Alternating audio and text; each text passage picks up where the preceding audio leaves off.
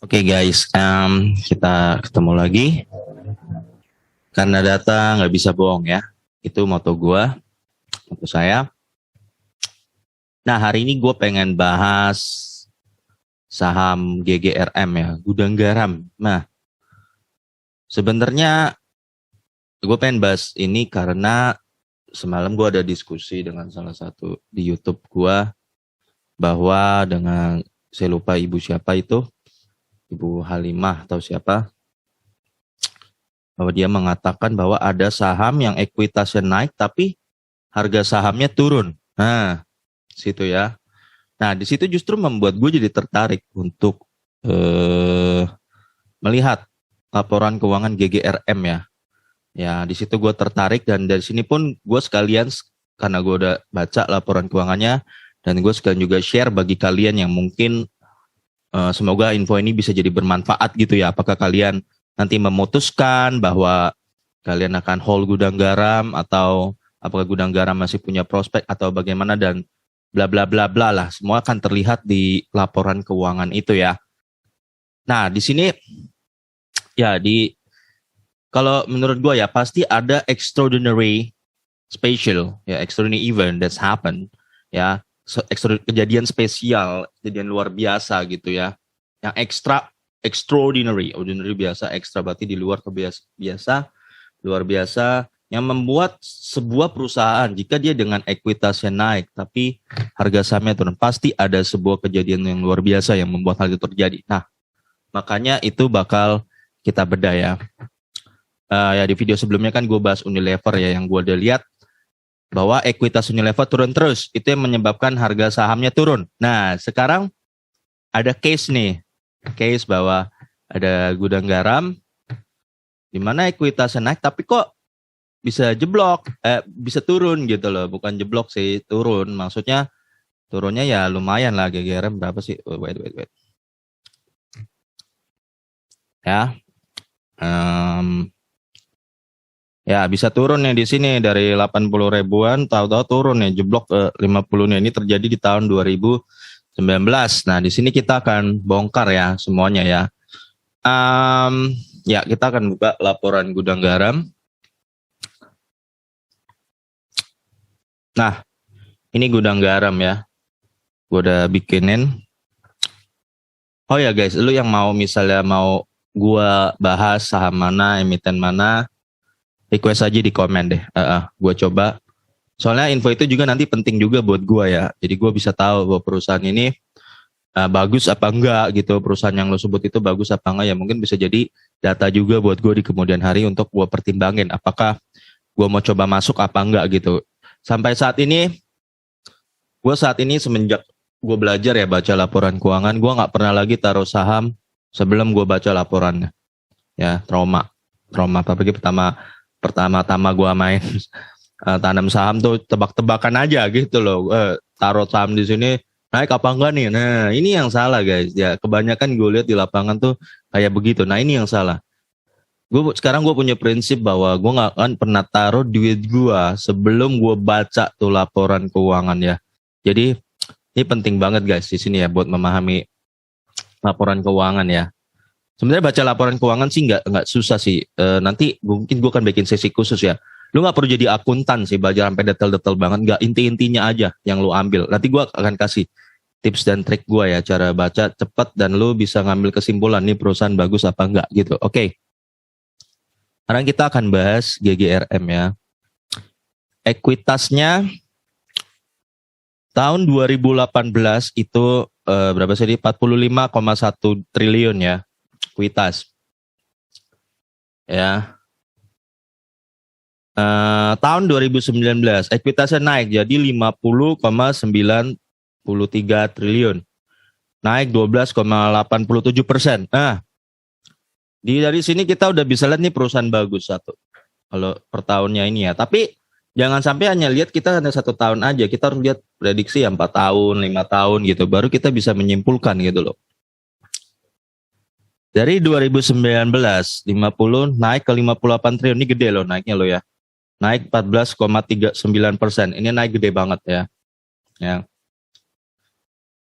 Tapi di 2021 ini laporan keuangannya gue bingung, bukan bingung. Laporan tahunan yang triwulan 4 nggak ada ini GGRM. Entah gue nggak ngerti kenapa. Jadi ini gue pakai laporan triwulan ketiga ya. Pakai laporan triwulan ketiga yang bulan September 2021 kemarin. Ternyata ekuitasnya turun guys. Nah, 1,37%. Seperti yang gue sering bilang ya, kalau untuk melihat suatu perusahaan bagus, lihat dulu ekuitasnya per tahun naik apa turun gitu loh. Ketika lu sekali lihat dia ada turun dia di laporan terakhir, itu lu sebenarnya udah mulai agak was-was. Ya, ini gue kasih key-nya. Agak was-was, something happen. Something happen. Ya, kita nggak tahu kenapa something happen. Ya, berarti kalau berkurang seperti yang tadi gue jelasin kalau lu nonton di video gue tentang Unilever, kalau ekuitas lu turun, berarti kemampuan lu untuk meraih laba turun. Intinya perusahaan lo nggak bertumbuh, basicnya. Intinya perusahaan lo nggak bertumbuh. Jadi ketika lu ekuitasnya turun, berarti kemampuan menghasilkan laba lu kurang, berarti nilai lu akan sendirinya akan berkurang, harga saham lu sendirinya akan berkurang. Nah, itu guys. Jadi dari ekuitas menurun ini 1,37%, sebenarnya alarm sih ya. Alarm, sedikit alarm, berarti di 2021 ini something happen ya. Di 2022 kita belum bisa ngomong karena laporan keuangan juga belum keluar gitu ya. Triwulan 1 2022 juga belum keluar. Jadi kita belum bisa ngomong what's happening. Nanti kalian makanya kita harus pantau nanti. Kalau kalian yang mau pegang saham Gudang Garam atau yang lagi pegang, kalian harus segera pantau di laporan triwulan satunya nanti di 2022 apa yang terjadi sih sebenarnya gitu ya. Nah, jumlah pemegang saham GGRM itu dikit ya, cuman 1,9 miliar ya. Jadi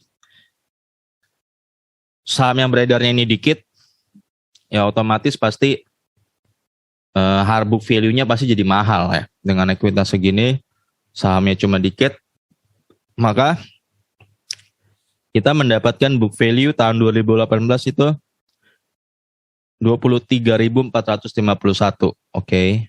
Ya. Book value itu nilai asli ya. 2019 26.470, naik 12,787, ya pasti mirip lah sama ekuitas pasti. 2020 book value-nya 30.000 ya, 14,30. Nah, di 2021 book value-nya turun jadi 29.198 turun. Nah, turun ini yang sebenarnya udah harus jadi alarm ya buat kita. Perusahaan ini something's happening ya, something's happening there. Ya, sesuatu sedang terjadi di sana, kita nggak tahu apa, dan cuma bisa dipastikan nanti kalau triwulan 1 2022 udah keluar atau laporan triwulan 4 2021 yang terakhir itu keluar ya. Terus harga rata-rata saham ya. Harga rata-rata saham itu tahun 2018 75.000 ya, ini yang gue rata sendiri. 2019 72.000 ya. Harga 2020 44.000, signifikan banget ini turunnya, perhatiin. 2021 makin turun 35.970. Case menarik yang terjadi di sini adalah di saat ini. Ya, di tahun 2019. Dan ke 2020 ya. Termasuk dari sini sebenarnya. Ini di sini ekuitas meningkat 12,87%, tapi harga rata-rata justru turun jadi 72.658 ya. Di sini 2019 dan 2020 ekuitas naik 14%, tapi harga rata-rata yang beredar mana tuh jadi 44.000. Nah, ini domplangnya terasa di sini. Nah, ini kenapa? Nah, ini yang harus kita bedah, dan gue dapat banyak pelajaran di sini ya. Bedah bahwa ternyata guys, terjadi pasti ada suatu extraordinary kejadian extraordinary yang terjadi di tahun 2019 itu ya, yang membuat saham ini tahu-tahu jeblok, padahal bagus gitu. Ada bagus banget. Tahun 2019 kinerjanya untungnya naik 14% ya. Wait is it? Mana sih? Nanti deh saya bahas laba deh. Saya tadi naik laba 14% ya. Oh, ekuitasnya dulu. Ekuitasnya naik 14% ya harusnya ya. Dan sini 12% tapi bisa jeblok gitu ya. Nah, di sini kita udah mulai harus mikir. Kenapa bertentangan data itu ya? Karena pasti ada extraordinary event yang terjadi ya. Kejadian yang luar biasa yang terjadi guys di situ guys. Nah, di situ gue temuin ada satu kejadian luar biasa yang terjadi di tahun 2019 yaitu 2019 itu GGRM tidak bagi dividen. Ya. Ya. Nah, ini guys kejadian luar biasanya. Ya. Jadi penyebab dia jeblok, ingat ya, kalau kita lihat kan, perhatiin deh waktu dia tidak bagi dividen ini, kan di 2019 ya. Ini kan kejadiannya, dia tidak bagi dividen di bulan-bulan ini. Dari 67.000 jeblok langsung ya ke daerah sini ya. Jeblok. Ini jadi ini kejadian extraordinary-nya, guys. Jadi kalau lu tanya kenapa langsung jeblok, karena pada saat itu tidak bagi dividen. Tidak bagi dividen ini menyebabkan harga sahamnya turun. Kenapa? Kenapanya begini ya. Ini ada hubungannya dengan PBV ya, PBV. Di 2018 saat kinerjanya juga lagi moncer ya. PBV-nya itu dihargai 3,22. Nah, ini penting nih. PBV itu apa, guys? PBV itu kira-kira harga aslinya, kan harga book value-nya dia, saya lupa, wait. Oh, sorry, ini harga book value-nya itu kan harusnya 23.451. Harga asli ini loh ya. Tapi di pasar dihargai, orang berani bayar 3 kali. Intinya dihargai 3 kali.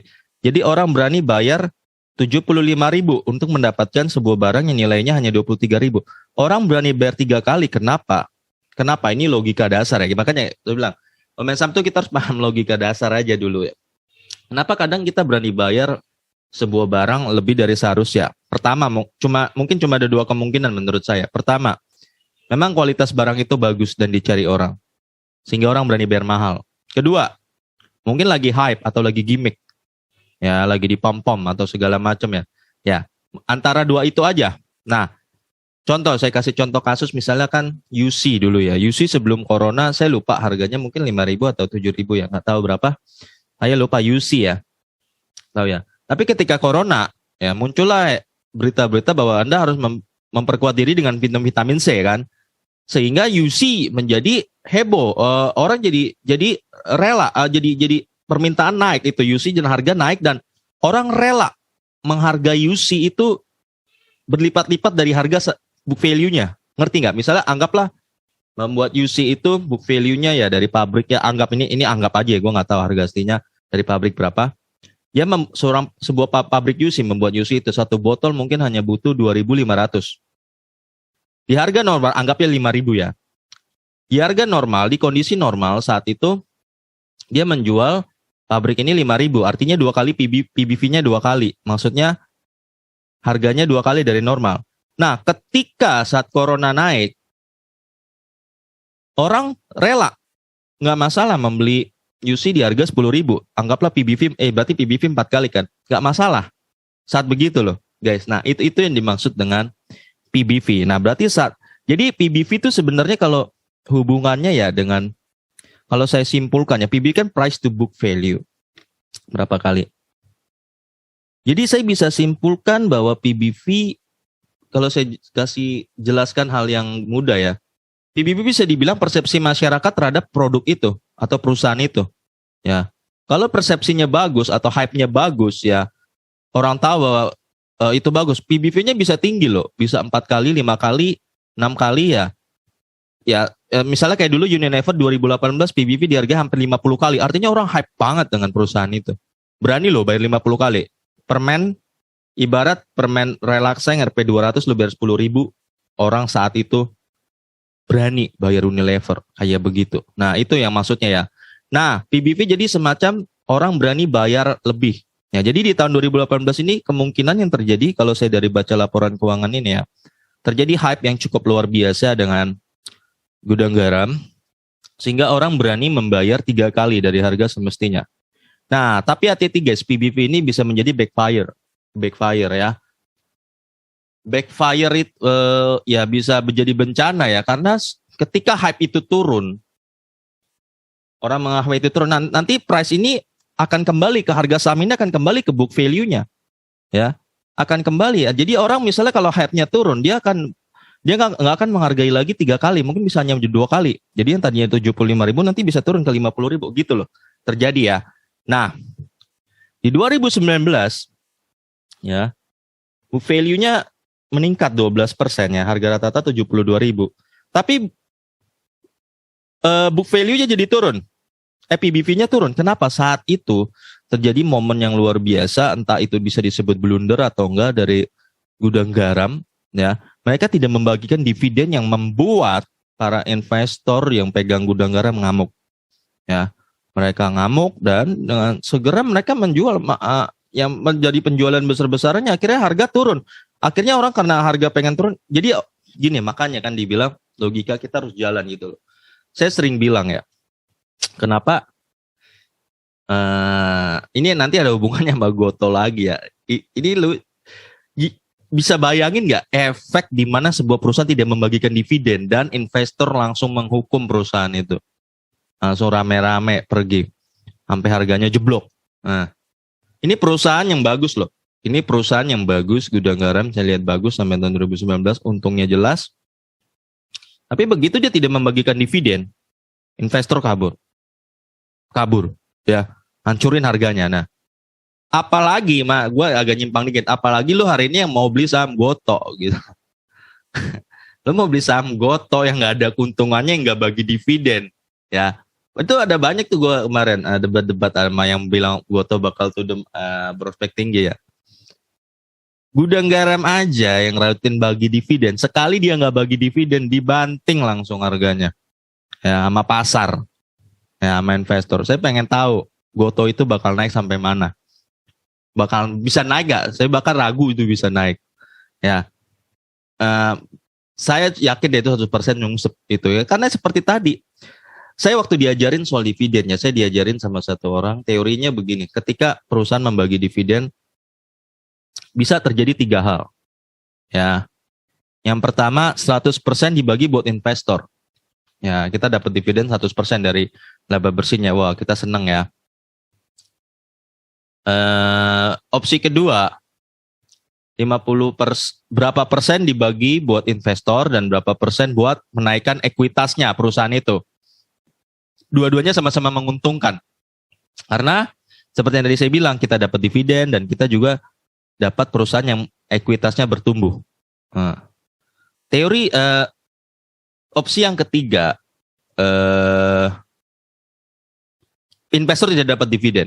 Jadi seluruh keuntungan dari perusahaan itu murni dipakai untuk menaikkan ya apa kinerja perusahaan lah, entah menaikkan ekuitas dan segala macam atau menambah utang atau segala macam.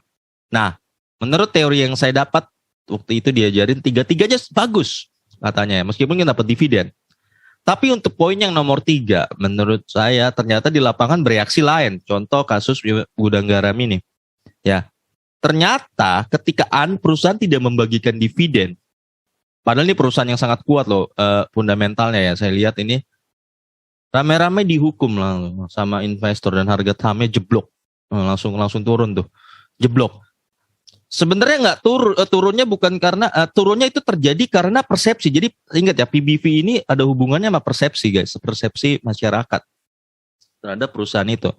Ketika dia turun, persepsi masyarakat jadi turun, terhadap gudang garam dan akhirnya dari yang tadinya PBV 3,22, publik hanya di tahun 2019 terjadi penurunan opini terhadap gudang garam sehingga mereka jadi takut.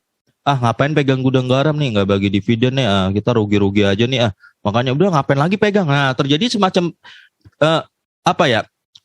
stereotip ya yang berkembang di masyarakat di tahun segini ya, di para pelaku pasar ini, sehingga akhirnya mereka ramai-ramai menjual dan mereka tidak masalah menjual di angka 2,74. Akhirnya orang hanya berani di tahun 2019 membeli gudang garam, harga saham menghargai harga saham ya di 2,79. Di tahun 2020, PBV jadi 1,46. Ya terjadi apa? Berarti ini sentimennya lagi negatif ke perusahaan ini. Artinya masyarakat hanya berani membayar 1,46 sebenarnya kali. Makanya sahamnya jeblok jauh jadi 44.000 ya, karena para investor takut tidak kebagian dividen lagi gitu loh. Jangan ini perusahaan nggak bagi dividen lagi. Akhirnya stereotip ini jadi hancur di sini ya. Ditambah lagi mungkin saya nggak tahu ya, ada pemberlakuan pajak rokok dan segala macam. Akhirnya orang tidak berani membayar lebih dari, bahkan tidak berani membayar di angka 2 kali. Akhirnya jadi turun jadi 1,4 kali ya. Di 2021 ini ya semakin turun. Di 2021 saya dapat data angkanya turun, sahamnya jadi 35 ribuan ya. Itu catanya 1,2 kali, udah hampir dekat angka 1 ya. Secara teori memang orang bilang kalau PBV 1 berarti masih murah. Ya, betul, tapi itu hati-hati, statement itu betul, tapi bisa menjadi gini, 1 kali karena ya orang tidak berani bayar lebih untuk membayar 2 kali. Seperti jadi terjadi sentimen negatif ya. Apalagi di tahun 2021 ini kita lihat ekuitasnya dan book value-nya lagi menurun. Ya, makanya untuk di tahun 2021 karena menurun, kita bisa mengira-ngira ya, memproyeksi lah. 2022 ya kemungkinan akan stack gitu loh. Akan stack kinerja gudang garam gitu loh. Nah, kita bisa melihat itu ya. Jadi ternyata gudang garam tidak naik terus ya ekuitasnya ya. Jadi ternyata di sini ada penurunan ya. Jadi kemarin statement yang dari saya lupa Ibu Halimah yang komen di YouTube saya bilang gudang garam naik ya, tidak sepenuhnya benar. Ternyata di sini dia turun 2021 ya.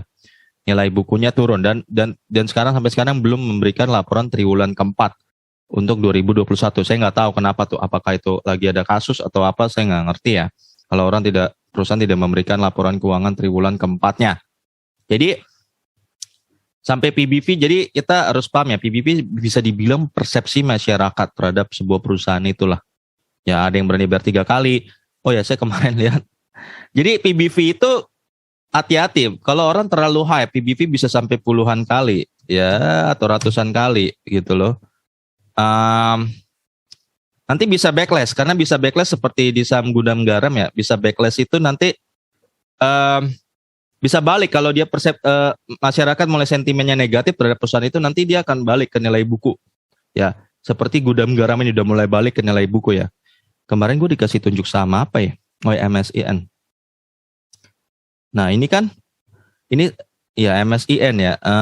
Saya belum cek banget ya waktu itu, tapi saya ditunjukin orang di EBI, suruh tanya saya MNC Studio gimana. Saya lihat ini grafiknya wow banget ya. Wow banget ya. Tapi PBV-nya MSIN berapa sih? Waktu itu saya lihat kalau nggak salah entah puluhan atau ratusan ya.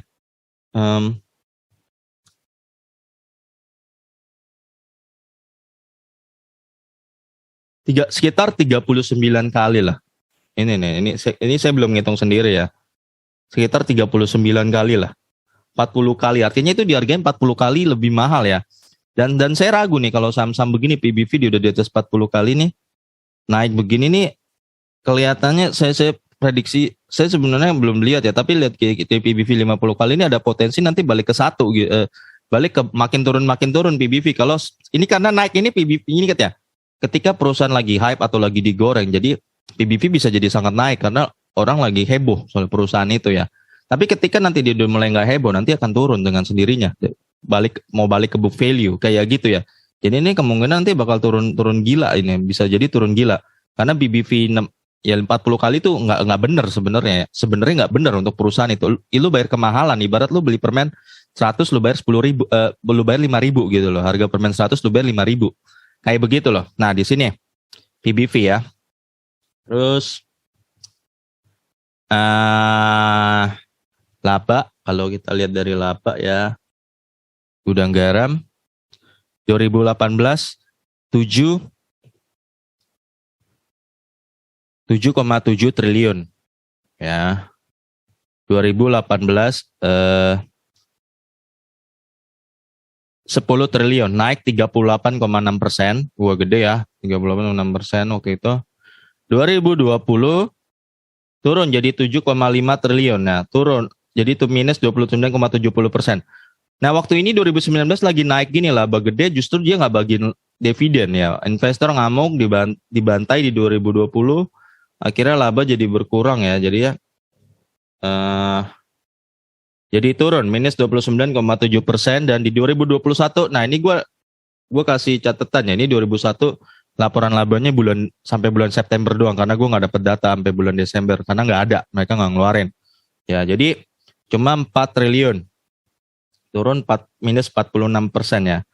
Berarti labanya rata-rata saat ini turun. Jadi kecenderungan gudang garam saat ini labanya turun ya. Terus tunggu bentar, mana tuh? Ini rata-ratanya 29,36% turunnya ya. Ya, turunnya 29,36%. Terus harga wajar atau prediksi ya. Nah, sekarang gue mau prediksi harganya di 2022 ya. Sebenarnya gue agak kesulitan ya memproyeksikan harga GGRM di 2022 ya. Karena datanya ini gue kesulitannya bingung mau pakai PBV yang mana di sini loh. Ya. Sama gue kesulitan menentukan nilai buku proyeksi gue di tahun 2022 soal perusahaan ini. Ya. Kenapa?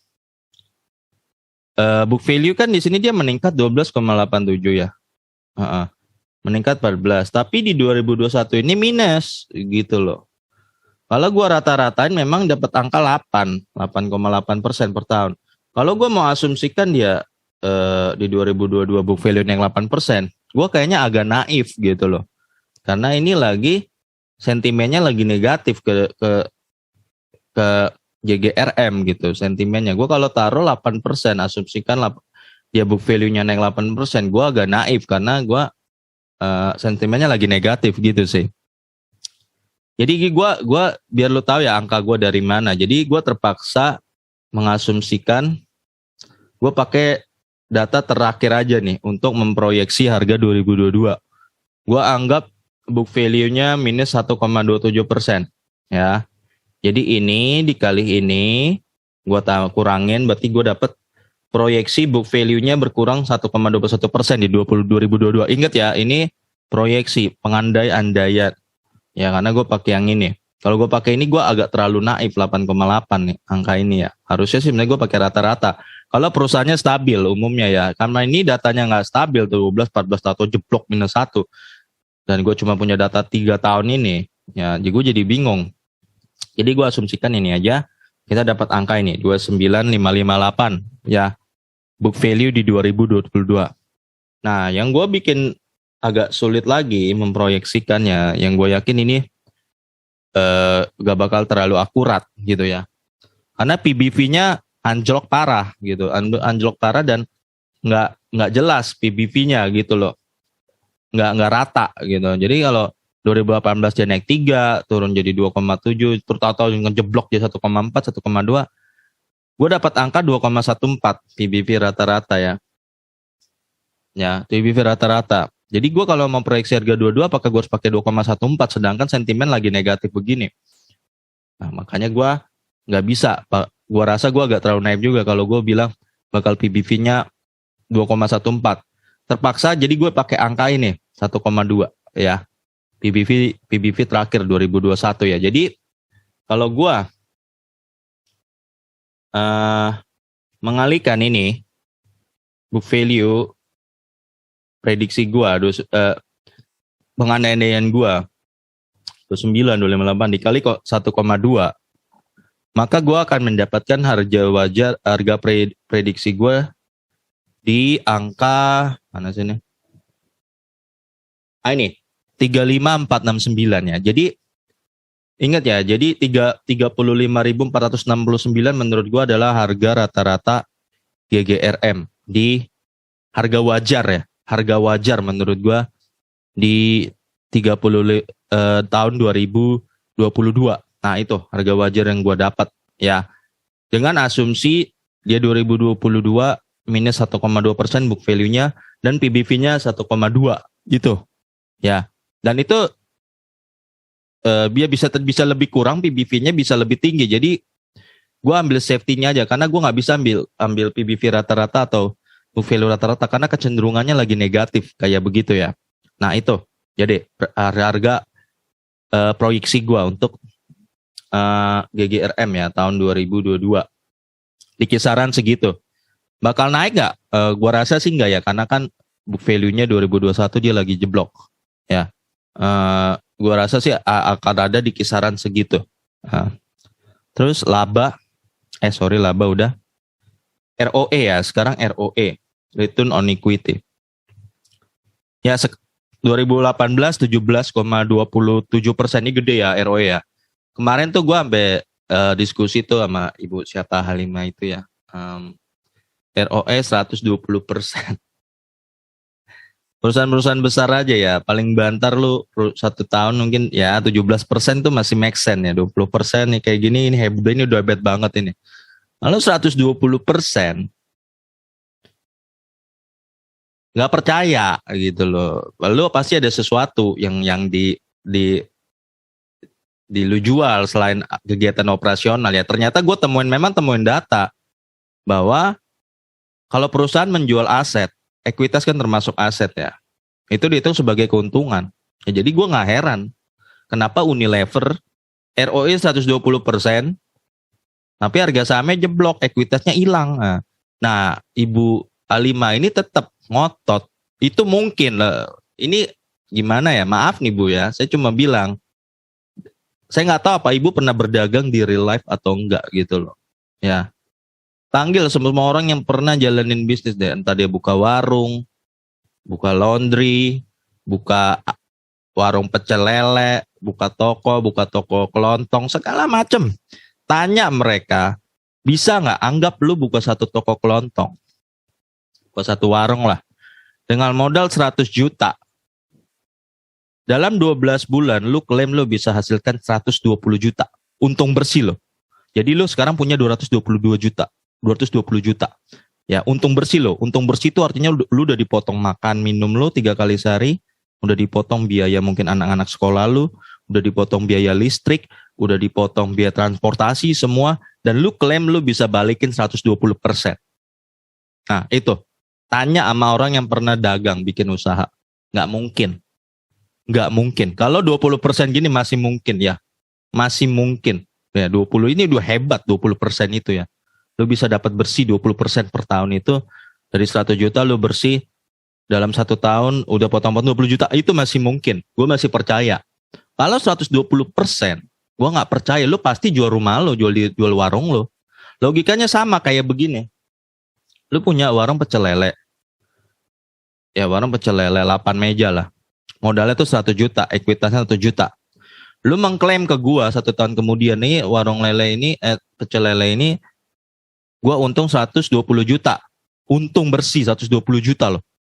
Nah, itu gua kaget. Tapi anehnya ketika gua lihat balik lo kok yang tadi 8 meja jadi 4 meja. Kok ekuitas lu jadi berkurang?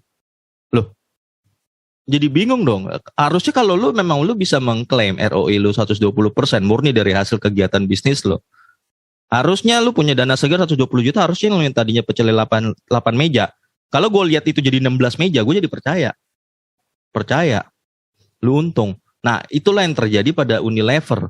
Nah, tapi kan Ibu Halimah ini kan ngotot. Itu mungkin, sangat mungkin ya. Silakan, sangat mungkin. Itu bertentangan dengan logika gitu loh. Dan ternyata memang saya temukan memang ketika perusahaan menjual aset itu akan dihitung sebagai keuntungan. Nah, itu udah jawaban kenapa ekuitasnya Unilever hilang terus, berkurang-kurang terus gitu loh. Bisa sampai 20%. Ya berkurang terus ya, itu jawaban. Udah kenapa keuntungannya bisa besar sampai ROE 120% ya. Nah, kita balik ke GGRM. ROE GGRM 17% per tahun 2018 gede. 2019 21%. Wah, ini ROE gede banget nih ya, 21%. 2020 turun ya, terutama karena pandemi juga dan segala macam, dan juga ya mungkin karena ada isu-isu itu yang kemarin ya. Tahun 2021 ingat ya, ini ROE cuma sampai September saya laporannya 7%. Ya, jadi ini ROE-nya. Nah, ini EPS-nya ya lu bisa bilang ini dividen lah. Per saham kira-kira lu dapat 4.049, tahun 2019 5.600, 2020 turun 3.145, 2021 sekarang tinggal 2.148. Jadi ini perusahaan lagi kecenderungan turun nih guys di 2021 ya, karena 2021 ekuitasnya turun. Ya, jadi ini harusnya udah mulai alarm kecil buat lo, dan lo harus pantau terus ini perusahaan apakah di triwulan 1 nanti 2022 keuangan dia naik ekuitasnya. Itu pantau kalau lo pengen lihat apakah perusahaan ini masih berprospek untuk lo hold ya jangka panjang atau lo mau beli. Persenannya ya berarti persenan per kalau gue hitung persennya ya. Nah, kan kalau pernya kan di sini, sorry tadi IPS ini pernya dulu 18 kali 12 kali, gue pakai persenan aja deh biar lu gampang ngertinya ya. Ini 5% ya, maksudnya gini, kalau lu taruh dana di gudang garam ya 100 juta, maka per tahun itu lu akan balik 5 juta gitu per tahun. Lu balik 5 juta dari dividennya doang. Enak ya, gede ini 5%. Nah, ini 7% paling gede ya. Jadi kalau lu taruh dana 100 juta per tahun dari dividen aja lu dapat 7 juta. Gitu kira-kira. Nah, ini makanya per ini persenannya penting ya, biar lu tahu perusahaan mana bagus. Buat apa gue taruh perusahaan mahal kalau pernya cuma balik 1% gitu loh. Ya. 2020 justru malah gede ya. Gede karena book value-nya, PBV-nya turun. Wajar. Jadi 8,91%. Justru dia akibat balik ke book value, makanya kita cari perusahaan yang sebenarnya book value-nya nggak terlalu gede ya, biar kita dapat pernya itu gede. Ya kalau lu beli Unilever yang PBV-nya yang PBV 50 kali, lu pasti pernya kecil. Ya kayak gitu. 8%. 2021 ini lagi turunnya 5,97%. Nah, ini jadi guys, ya kesimpulan gue tentang gudang garam, apa yang terjadi. Yang terjadi jadi intinya kenapa harga sahamnya jeblok saat itu, karena terjadi sebuah kejadian yang luar biasa. Luar biasa bahwa dia tidak membagikan dividen dan investor ngamuk, akhirnya itu menyebabkan persepsi orang, investor pada gudang garam tuh jadi negatif. Satu, pertama itu faktornya jadi negatif sehingga mereka tidak lagi berani menghargai PBV 3 kali. Ya akhirnya makin turun di 2,7 ini. Tambah 2020 pandemi, mungkin penilaian turun, dan tambah mungkin isu-isu pajak rokok segala macam ya. Akhirnya turun itu karena sentimennya negatif. Jadi ingat ya, PBV ini penting. PBV ini jadi semacam persepsi publik terhadap sebuah perusahaan itu ya. Kalau hype ya bisa naik tinggi. Ya seperti Unilever bisa 50 kali ya. Dan tapi nggak berarti PBV makin tinggi lu bisa makin positif buat lo ya. Tapi nggak berarti juga PBV rendah bisa jadi arti positif juga buat lo. Hati-hati. Ini contoh nih. Jadi PBV ini dikarenakan turun karena jadi menurut gua ya persepsinya lagi negatif terhadap ini. Ya, publik lagi negatif terhadap ini, itu loh. Nah, dari laba sendiri juga sedang menurun ya. Laba dan harga proyeksi gue tadi berapa? Sorry. Oh ya, 35.469. Ini harga proyeksi ya. Proyeksi gue rata-rata harga wajar di 2022 antara kisaran segitu. Ya. Terus dia punya EPS juga dividen lagi turun. ROE juga lagi turun. Ya mungkin cuma kelihatan bagus per ya. Kelihatan bagus di sini pernya. Nah, jadi yang kesimpulan yang paling terakhir juga gue mau bilang bahwa layak gak di 2022? Ya lu udah lihat sih ada satu alarm buat lu khusus ya. 2021 ekuitasnya turun. Jadi itu udah alarm buat lu. Lu harus pantau ini. Di 2022 laporan keuangannya harus pantau. Kalau memang ekuitasnya masih turun-turun lagi ya lebih baik give up gitu. Kalau menurut gue ya lebih baik. Itu penting. Jadi makanya kita kan pemegang saham, kita wajib semacam menuntut lah perusahaan yang kita pegang harus bekerja dengan baik. Seperti itu. Kita harus taruh di duit kita di perusahaan yang bekerja dengan baik. Seperti itu. Itu bukan jahat, tapi itu emang hak kita. Ya, seperti itu. Oke guys, sampai sini aja. Kita ketemu lagi di video gue berikutnya karena data nggak bisa bohong.